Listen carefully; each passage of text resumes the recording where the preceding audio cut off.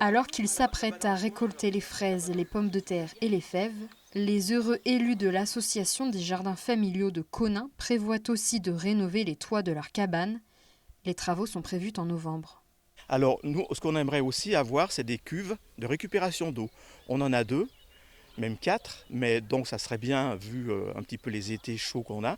Donc toute cette eau de récupération, c'est de l'eau qu'on ne va pas prendre sur les pompes. Donc ces pompes, en fait, c'est de l'eau de la ville, c'est de l'eau du réseau, et cette eau-là, nous, on la paye. Voilà. Donc c'est de l'eau en fait du toit, c'est de l'eau de pluie qui est gratuite. Au total, l'association des jardins familiaux de Conin recevra 30 700 euros. Entre 5 et 10 000 euros seront reversés aux autres jardins partagés et collectifs de la ville, une somme notamment utilisée pour créer un nouveau jardin dans l'écoquartier du Coteau. Pour participer à cet appel à projet, la ville a dû candidater derrière le nom de l'association. Objectif, développer et accompagner ces formes de maraîchage à l'échelle de la ville. Oui, alors on a lancé une consultation, enfin on a évalué les besoins de chaque jardin.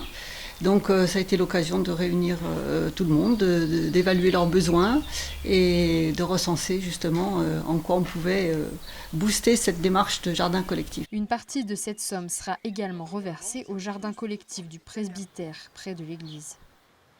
Deux artichauts, là j'ai mis des salades hier soir, là-bas il y a des poivrons, des aubergines et des choux. On mélange les légumes pour qu'ils s'entraident.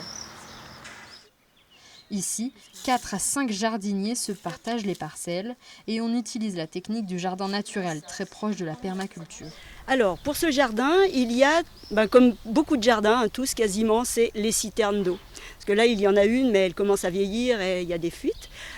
Quelques outils, et puis de la signalétique, pour que les gens comprennent ce qu'est ce lieu. Parce que beaucoup de personnes sont curieux, regardent qu'est-ce qui se passe, à qui ça appartient.